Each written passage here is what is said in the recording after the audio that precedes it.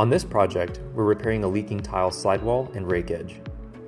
So although the condition of the tile roof is in great condition, the cause of the leakage is from broken tile, which allows the water to flow through the tile onto the roof.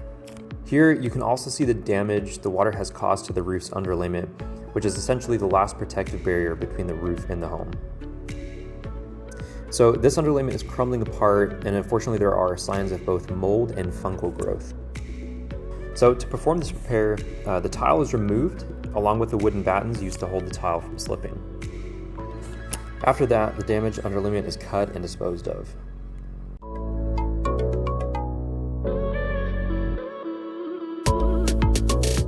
You can see that some of the underlayment was self-adhering, so it was a bit more tricky to remove since it sticks to the decking of the roof.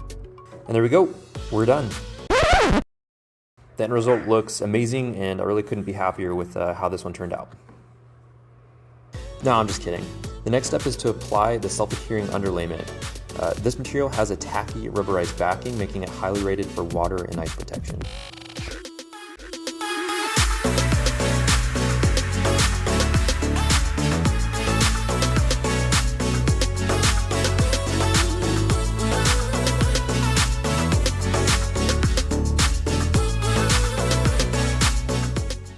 Next is to install the wooden battens that secure the tile from slipping. On the backside of the tiles, there are essentially hooks that allow the tile to rest on the roof without slipping.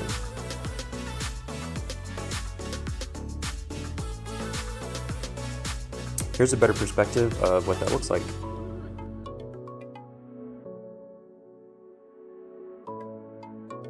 To finish this job up, the tiles are reinstalled while replacing the ones that are broken or have integral issues like holes, cracks, or large chips.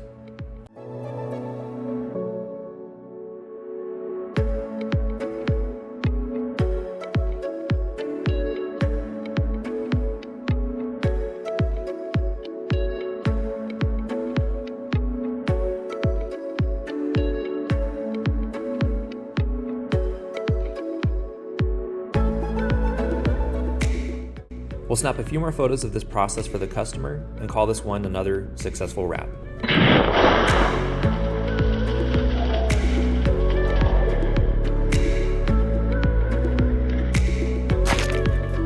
Yeah, there it is. I got right in his face.